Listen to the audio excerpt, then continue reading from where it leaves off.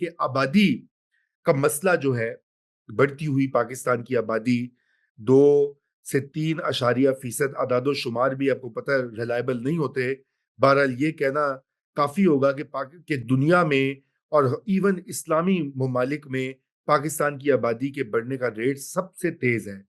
یہ مسئلہ کیوں ہے اور یہ اتنا اہم مسئلہ کیوں ہے؟ یہ بھی ضروری مسئلہ تو ہے ہی، لیکن ٹاپ پرائرٹی ایشو کیوں ہے اور کیوں نہیں اس کو وہ توجہ مل رہی جو ملنی چاہیے؟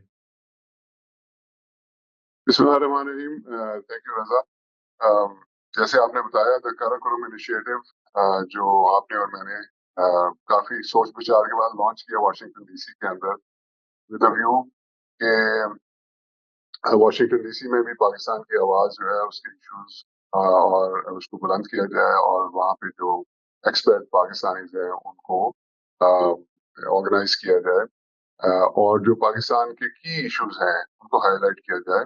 اور پھر ہمیں فائدہ یہ ہے کہ ہمارا انفراسٹرکچر پاکستان میں بھی ایگزسٹ کرتا ہے تو ہم ان دونوں کنٹریز ڈائسپورا اور جو پاکستانی سٹیزنز ہیں ان کے درمیان ایک برج کا رول پلے کر سکتے ہیں. تو اچھا اب آ جائے پاپولیشن پہ.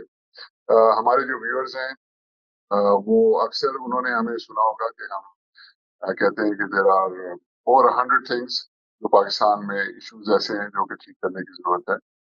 اور ہم نے ریسرچ 27واں سال ہے ہماری ریسرچ کو، تو اس میں سے 14 ہم نے ایسے ایشوز شارٹ لسٹ کیے ہیں کہ اگر ان کو ایک سرٹن آرڈر میں اچیو کر لیا جائے تو پاکستان جو ہے وہ ایک صحیح ڈائریکشن صحیح سمت اس میں آ سکتا ہے اور ڈبل ڈیجٹ گروتھ کی طرف جا سکتا ہے.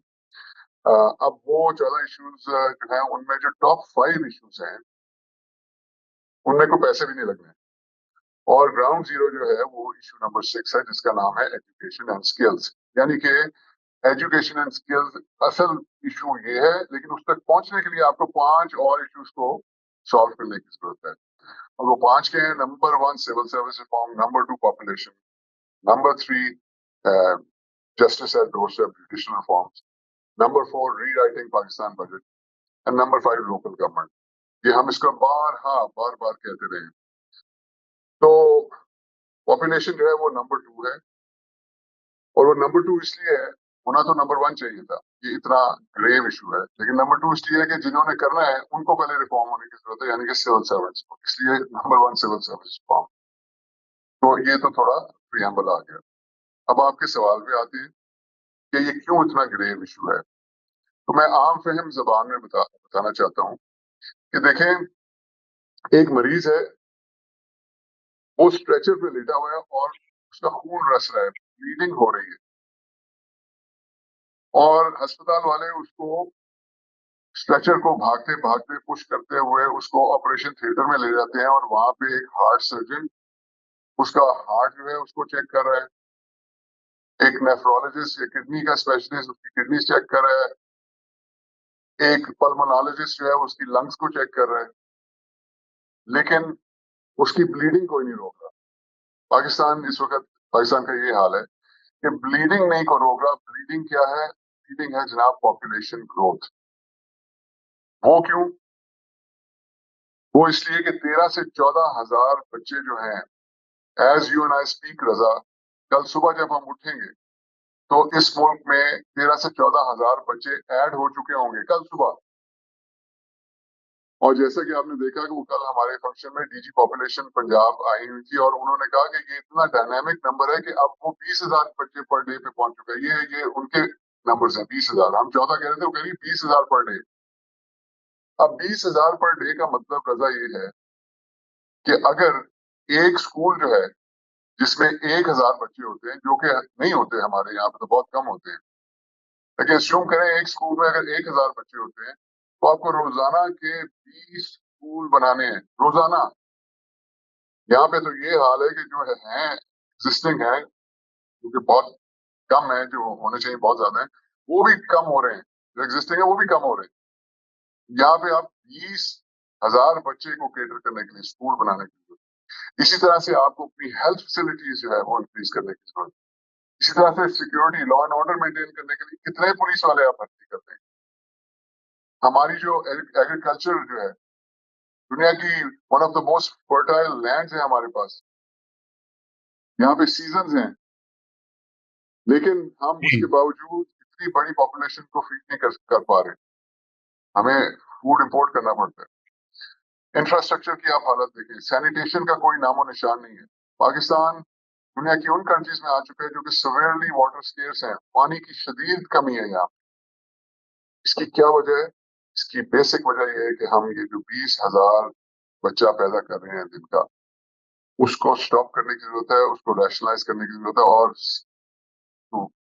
फाइनलाइज में आर्ग्यूमेंट कंक्लूड, ये जो भी इंक्रीज हो रहा है, अगर इनको हम एजुकेट कर देते और या हुनर सिखा देते, स्किल्स दे देते, तो यही हमारा एसेट बन जाता।